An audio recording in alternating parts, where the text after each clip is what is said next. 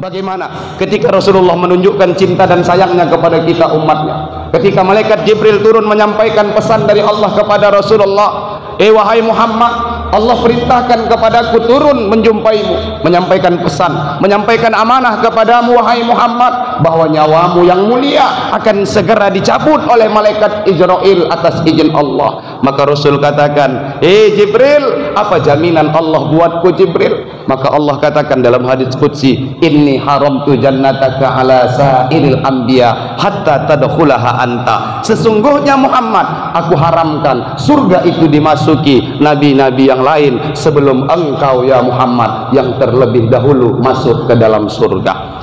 Yang kedua, jaminan siapa yang diminta Rasulullah?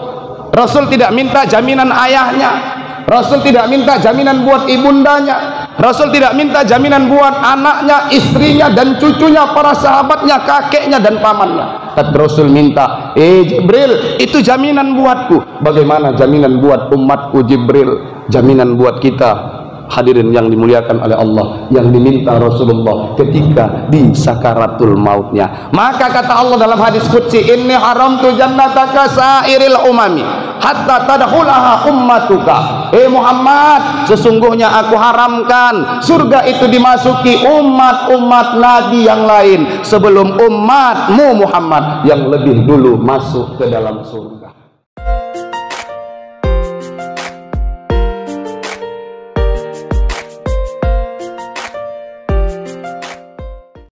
Hadirin sidang salat Jumat yang dimuliakan oleh Allah Subhanahu wa taala.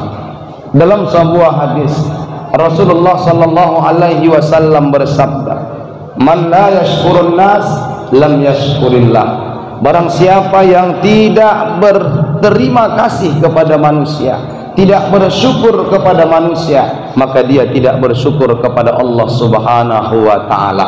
Maka hari ini kita harus merenungkan sejenak, kita harus berpikir sejenak. Ternyata ada manusia-manusia yang tempat kita bersyukur, tempat kita berterima kasih, dengan rasa syukur kita kepada mereka, dengan rasa syukur kita atau terima kasih kita itu, dan itu adalah tanda-tanda kita menjadi orang-orang yang bersyukur kepada Allah Subhanahu wa taala. Siapa manusia tersebut? Pertama adalah orang tua kita. Allah katakan di dalam Al-Quran, wa qadha rabbuka alla ta'budu illa iyyahu wa bil walidaini ihsana. Sembahlah Allah, jangan pernah kau sekutukan Allah, dan berbuat baiklah engkau kepada orang tuamu. Allah tidak menyuruh kepada kita untuk membalas kebaikan orang tua. Kalau Allah suruh kita membalas kebaikan mereka, maka ayatnya tidak wabil walidaini ihsana, maka ayatnya akan berbunyi wabil walidaini jazaa, dan balaslah kebaikan orang tuamu. Namun Allah tidak katakan itu, karena Allah tidak menyuruh kita untuk membalas kebaikan orang tua kita. Allah Maha mengetahui seorang anak tidak akan pernah mampu untuk membalas kebaikan orang tuanya. Maka Allah suruh kita berbuat baik kepada orang tua kita, bukan karena orang tua kita yang sudah meninggalkan dunia ini, namun batasannya kita yang meninggalkan dunia ini. Disitulah batas kita untuk melakukan kebaikan dengan orang tua kita. Bagaimana yang dikisahkan dalam riwayat, seorang sahabat Nabi tidak berjumpa dengan Nabi, hidup di zaman Nabi, yang bernama Uwais Al-Qarni. Uwais Al-Qarni dipesankan oleh Rasulullah kepada Umar, kepada Ali, kepada Utsman dan sahabat-sahabat yang lain, apabila nanti kalian berjumpa dengan seorang pemuda yang punya penyakit kulit, maka kalian mintalah doa kepadanya, sesungguhnya doanya langsung diijabah oleh Allah Subhanahu wa taala. Ternyata pemuda itu adalah Uwais Al-Qarni yang tinggal di kota Yaman. Doanya langsung diijabah Allah. Apa rahasia tersebut? Uwais Al-Qarni tidak pernah menolak permintaan ibundanya.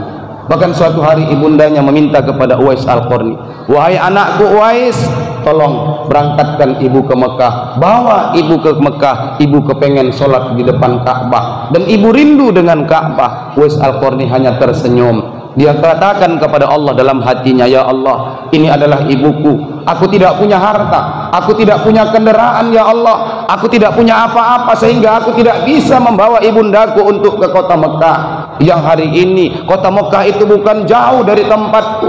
maka aku serahkan ini kepadamu ya Allah. Engkau yang maha kuasa, engkau yang bisa mengabulkan segala permintaan hambamu ya Allah, maka kabulkanlah apa yang menjadi hajat dan pinta orang tuaku ini ya Allah. Kemudian Uwais Al-Qarni tidak cukup bertawakal, tidak cukup menyerahkan itu kepada Allah, dia lakukan ikhtiarnya semaksimalnya. Kemudian di esok harinya dia beli seekor anak domba, dia beli bayi domba, kemudian bayi domba itu dia gendong naik turun ke atas bukit selama 8 bulan, dan pada akhirnya bayi domba itu tumbuh menjadi besar. Semakin besar maka beratnya juga semakin bertambah, semakin bertambah berat domba itu, maka Uwais Al-Qarni terus menggendong bayi domba itu sehingga tubuhnya menjadi kekar. Pada musim haji dia katakan kepada ibundanya, wahai ibuku, aku tidak punya onta, aku tidak punya harta, tapi aku punya tubuh yang kekar. Naiklah engkau ibunda di atas pundakku, maka aku akan bawa engkau dari tempat ini ke kota Mekah berjalan kaki. Dia gendong, dia naikkan ibundanya di atas pundaknya, dia bawa jalan kaki dari kota Yaman sampai ke kota Mekah. 3 bulan dalam perjalanan pergi, bukan hanya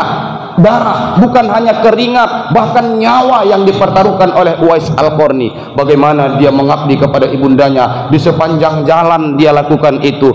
Ke ibundanya katakan, wahai anakku Uwais, bagaimana nak, apakah Ka'bah sudah terlihat? Uwais berbohong kepada ibundanya untuk menghibur hati orang tuanya, wahai ibuku, sabar, sebentar lagi kita akan sampai di kota Mekah, dan dari sini gerbang Mekah sudah kelihatan wahai ibu. Padahal Uwais Al-Qarni belum tahu kapan dia akan sampai ke kota Mekah itu.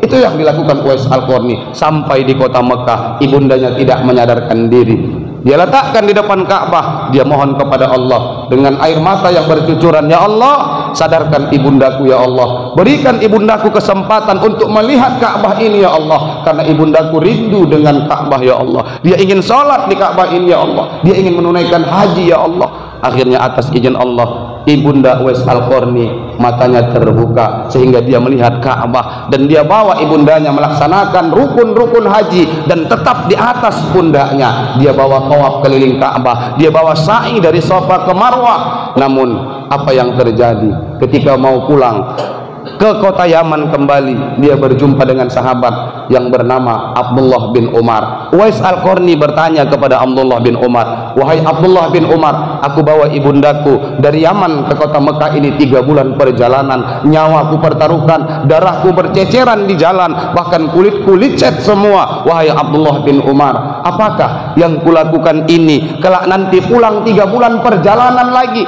Semua yang kulakukan 6 bulan ini itu sudah cukup membalas kebaikan ibundaku kepadaku. Maka Abdullah bin Umar katakan, wahai Uwais Al-Qarni, jangankan semua kebaikan orang tuamu, 1 tetes darahnya ketika melahirkanmu itu saja belum bisa kau balaskan dengan apa yang kau lakukan sampai hari ini. Begitulah bakti, begitulah jasa orang tua kita, terkhususnya ibunda kita. Maka banyak kita berterima kasih kepada orang tua kita yang sudah meninggal dunia. Doakan mereka jangan putus selesai sholat kita, Allahumma ghfirlahu, Allahumma ghfirlaha, warhamha, wa'afiha, wa'fu anha. Yang kedua, manusia tempat kita berterima kasih adalah baginda Rasulullah sallallahu alaihi wasallam. Kenapa orang tua di urutan yang pertama, Rasulullah dalam urutan yang kedua? Karena Rasulullah juga memiliki orang tua, dan Rasulullah tidak pernah berjumpa dengan ayahnya. 6 bulan lah usianya, maka dia ditinggalkan oleh ibundanya. Dia tidak sempat membalas kebaikan orang tuanya. Tapi Rasulullah mengatakan, ridallah fi ridha walidain, suhtullah fi suhtil walidain. Ridha Allah tergantung kepada ridha orang tua, dan murka Allah tergantung kepada murka orang tua. Maka Rasulullah adalah urutan yang kedua. Hari ini hadirin yang dimuliakan oleh Allah Subhanahu wa taala, kalau kita mengaku umat Nabi Muhammad, mari banyak bersyukur, berterima kasih kepada beliau. Dengan cara apa? Dengan cara tumbuhkan rasa cinta dan sayang kita kepada Rasulullah sallallahu alaihi wasallam. Karena kita umat Nabi Muhammad menjadi umat paling mulia karena kemuliaan Nabi Muhammad sallallahu alaihi wasallam. Bagaimana ketika Rasulullah menunjukkan cinta dan sayangnya kepada kita umatnya? Ketika malaikat Jibril turun menyampaikan pesan dari Allah kepada Rasulullah, wahai Muhammad, Allah perintahkan kepadaku turun menjumpaimu, menyampaikan pesan, menyampaikan amanah kepadamu wahai Muhammad, bahwa nyawamu yang mulia akan segera dicabut oleh malaikat Israil atas izin Allah. Maka Rasul katakan, Jibril, apa jaminan Allah buatku Jibril? Maka Allah katakan dalam hadis qudsi, inni haramtu jannataka ala sairil anbiya hatta tadkhulaha anta. Sesungguhnya Muhammad, aku haramkan surga itu dimasuki nabi-nabi yang lain sebelum engkau ya Muhammad yang terlebih dahulu masuk ke dalam surga. Yang kedua, jaminan siapa yang diminta Rasulullah? Rasul tidak minta jaminan ayahnya, Rasul tidak minta jaminan buat ibundanya, Rasul tidak minta jaminan buat anaknya, istrinya dan cucunya, para sahabatnya, kakeknya dan pamannya. Tapi Rasul minta, Jibril, itu jaminan buatku. Bagaimana jaminan buat umatku Jibril? Jaminan buat kita hadirin yang dimuliakan oleh Allah, yang diminta Rasulullah ketika di sakaratul mautnya. Maka kata Allah dalam hadis qudsi, inni haramtu jannataka sairil umami hatta tadkhulaha ummatuka. Muhammad, sesungguhnya aku haramkan surga itu dimasuki umat-umat nabi yang lain sebelum umatmu Muhammad yang lebih dulu masuk ke dalam surga. Nabi minta jaminan buat kita hadirin yang dimuliakan oleh Allah Subhanahu wa taala. Begitulah cintanya Nabi kepada kita. Di dunia dia buktikan, akhirat dia buktikan.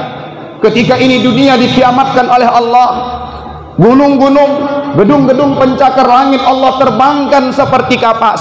Di saat itu manusia semua dimatikan oleh Allah. Sebagai apapun kita hari ini manusia, semua dimatikan oleh Allah. Bukan hanya lagi manusia, bukan hanya binatang, bukan hanya tumbuhan, bahkan makhluk semua termasuk malaikat pun dimatikan oleh Allah Subhanahu wa taala. Di saat itu apa kata Allah? Limanil mulkul yaum, limanil mulkul yaum. Siapa yang berkuasa hari ini? Allah lah yang maha kuasa. La ilaha illa ana, kata Allah. Tidak ada Tuhan selain aku, kata Allah. Allah sombong saat itu, karena memang pantas Allah sombong, karena sombong itu adalah selendangnya Allah Subhanahu wa taala.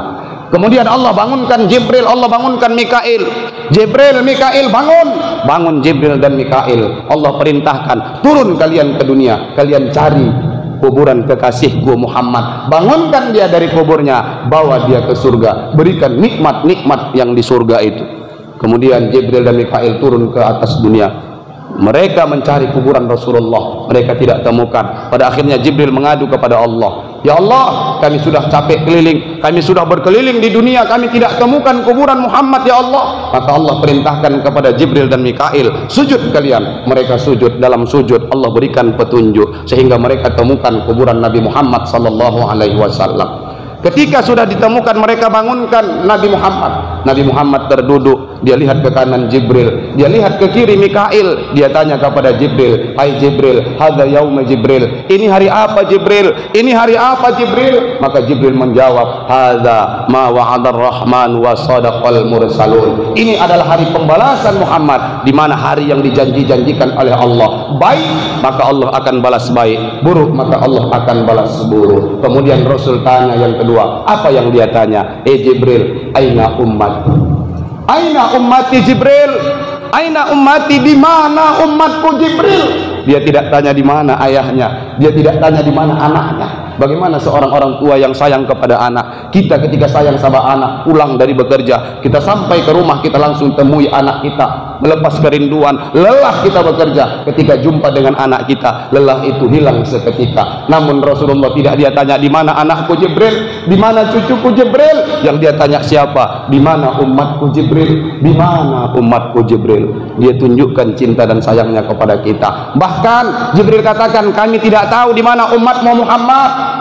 Kalau kalian tidak tahu apa tujuan kalian bangunkan aku, kami diperintahkan Allah untuk membawamu ke surga. Rasulullah dibawa Jibril dan Mikail ke surga. Sampai di surga Rasulullah sedih, hadirin yang dimuliakan Allah. Rasulullah bingung, dia jalan maju terus jalan mundur, dia bingung, dia sedih. Allah tanya, Muhammad, apa yang kau sedihkan? Apa yang kau bingungkan Muhammad? Apakah nikmat surga ini belum cukup untukmu?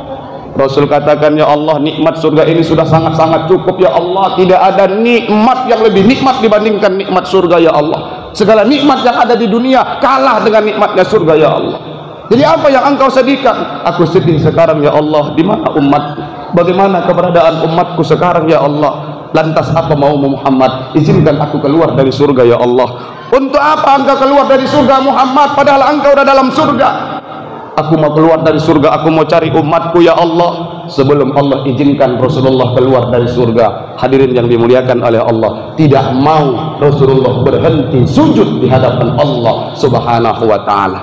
Akhirnya Allah izinkan dia keluar dari surga. Dia udah dapatkan nikmat di dalam surga, tapi dia tinggal nikmat itu untuk siapa? Untuk kita, umat-umatnya. Maka hari ini hadirin yang dimuliakan oleh Allah Subhanahu wa ta'ala, ayo tumbuhkan rasa cinta dan sayang kita kepada baginda Rasulullah sallallahu alaihi wasallam dengan melaksanakan segala yang disunnahkan oleh beliau. Tak mampu melaksanakan seluruhnya, paling tidak kita mampu melaksanakan beberapa yang disunnahkan oleh Rasulullah. Nah, oleh karena itu mari dua manusia ini tempat kita berterima kasih, satu orang tua, yang kedua Rasulullah. Ayo perbanyak berterima kasih, bersyukur kepada mereka sebagai bentuk rasa syukur kita kepada Allah Subhanahu wa ta'ala. Barakallahu li wa lakum fil Qur'anil azim wa nafa'ani wa iyyakum bima fihi minal ayati wa dzikril hakim wa taqabbal minni wa minkum tilawatahu innahu huwal ghafurur rahim.